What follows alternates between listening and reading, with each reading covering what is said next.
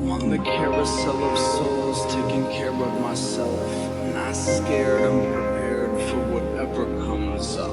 I'm aware at the cellular level, my gut speaks as I creep to mysterious beasts I can't see. Like I am nothing other than an instrument. Conduits of listening, visions litter the intellect.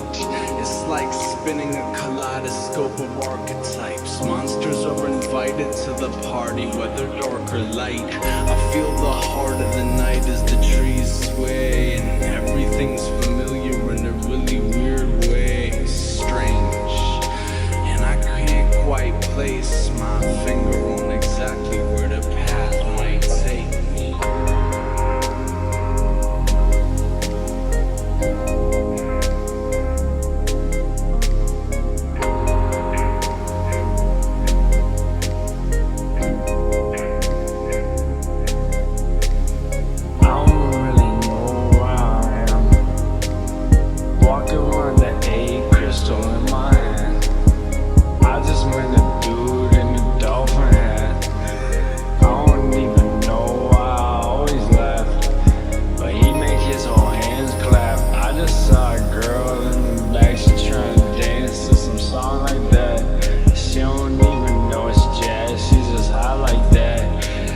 Took my first pill, I think I'm feeling that. Where my fucking friends at?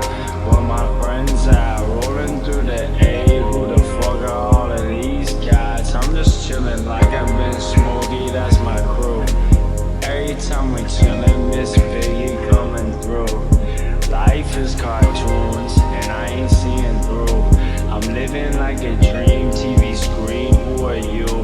Yes, we just met, but my life is too complex, and I never really feel it, so I'm feeling kinda flex, kinda vexed. Yo, what is next?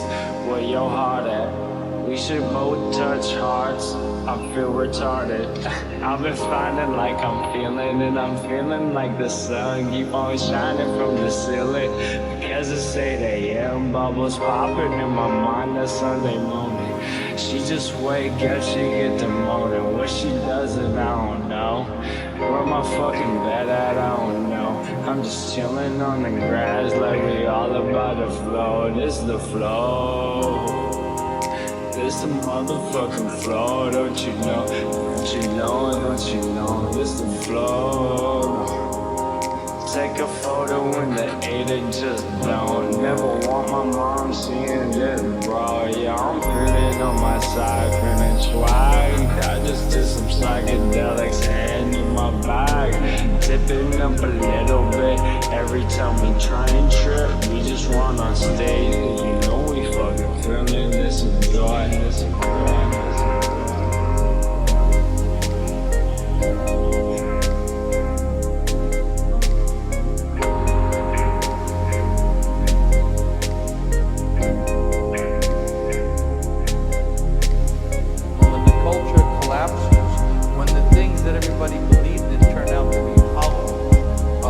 What's left are the regular folk, and who the folk are the people of the earth, the people that kept close to the earth, the people that kept rhythm with the earth, and rhythm with nature, and rhythm with the elements. They survived the collapses, and they continue to tell the stories, and so there's collections of all cultures of the stories of survival. I call them the recreation stories.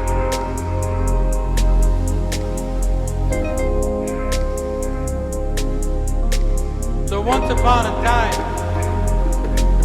actually, I don't know how you get upon a time. We could say once below a time, or once next to a time, or even once when people had time and it didn't seem like the whole thing was moving faster and faster towards a great end. Once back when time was still connected to tide and the oceans world, and time was a thing that rolled back and forth.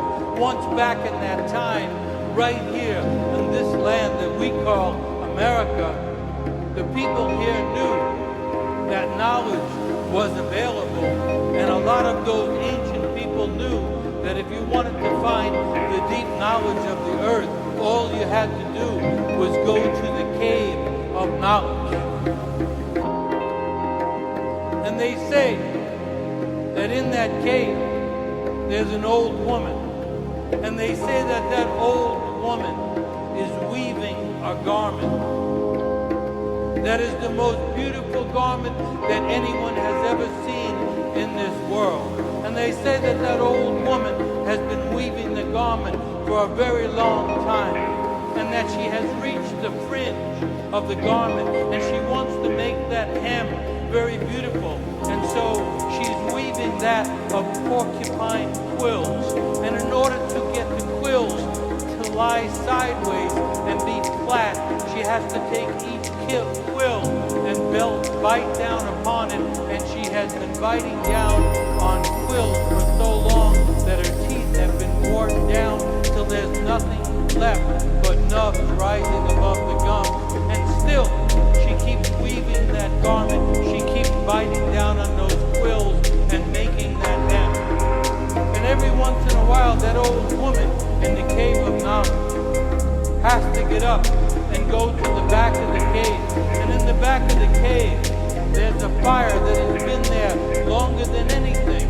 That old woman doesn't know of anything that has been burning longer than that fire burning at the back of the cave. And hanging over the fire, there is a great cauldron. And in the cauldron, there's some water. And in that water that is simmering back there are all the seeds of the earth. All the seeds that become the fruits of the earth, that become the grains of the earth, that become the flowers and the plants and the trees and the vegetables of the earth. And they're all in that great stew at the back of the cave of knowledge. And if the old woman doesn't go back once in a while and stir that stew, then all of the seeds will burn up. And that could indeed cause the end of everything. And so the old woman has to get up, leave the weaving there, and go back to the back of the cave and begin to stir the seeds. But because she's old, because she's been working so hard, she moves very slowly. And as the old woman is going to the back of the cave in order to stir the stew, the black dog, what black dog? The black dog that's also in the cave goes over to the weaving that the old woman has been working on, and finding a loose thread, begins to pull upon that thread, and soon enough has unraveled the entire garment that the old woman has been spending all these thousands of years weaving. After a while, the old woman comes back from stirring the seeds of the world and sees her beautiful garment completely unraveled and laying in a chaotic mess of strings there on the floor. And she stands still for a minute and contemplates the moment and contemplates the situation. And then she sits down and she picks up a loose thread and she begins to weave that garment all over again. And as she begins to weave, a new design comes into her imagination, a beautiful design, more beautiful than the one she had already been working on for so long. And she catches the shape of that design and she begins to weave that design, and she doesn't stop, she just keeps going as she did before. Now many people say, when they hear this story, damn that black dog. If it wasn't for the black dog, everything would be fine. The woman would finish the garment and it would be beautiful and perfect, and it would be a model for everybody how to live this life and how to put things together. But the old people say, don't be fooled by appearances. Be thankful to the black dog, because that woman is the old woman of the world. And if she would have ever finished weaving the garment that is both nature and culture, then, and perhaps only then, this world would come to an end. Be thankful to the black dog, the old people say. So the black dog takes things apart in order that they be woven back together in a more beautiful way. That's what the old people say when they talk about a story like this. when they live in a time like this. And me, I'm just trying to pass on some old stories and always asking everyone the question, if the old people, if the truly old people don't know, if they don't know, who does?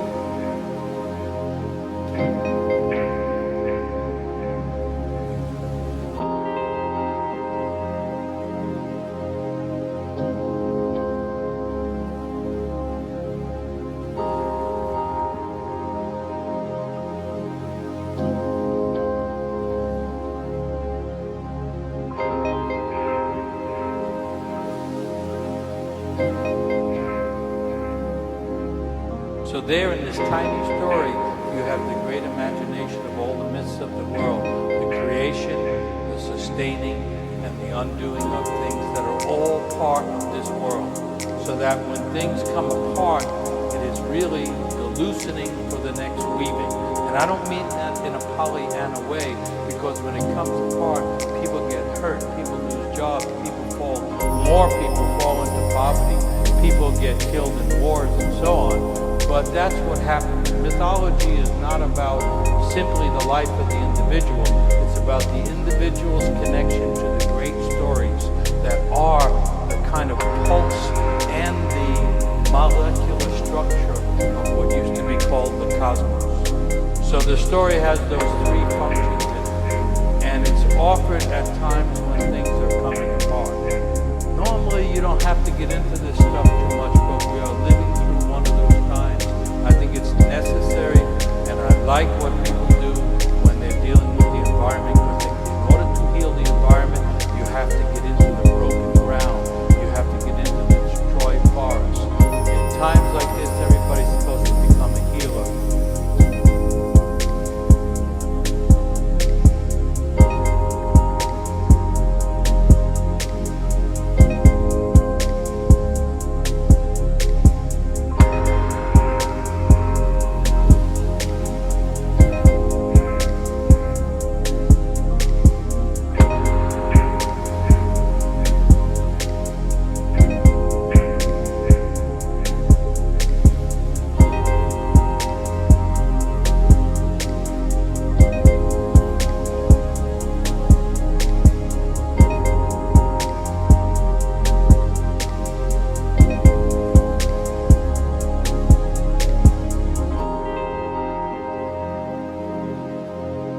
Wave Wolf Production.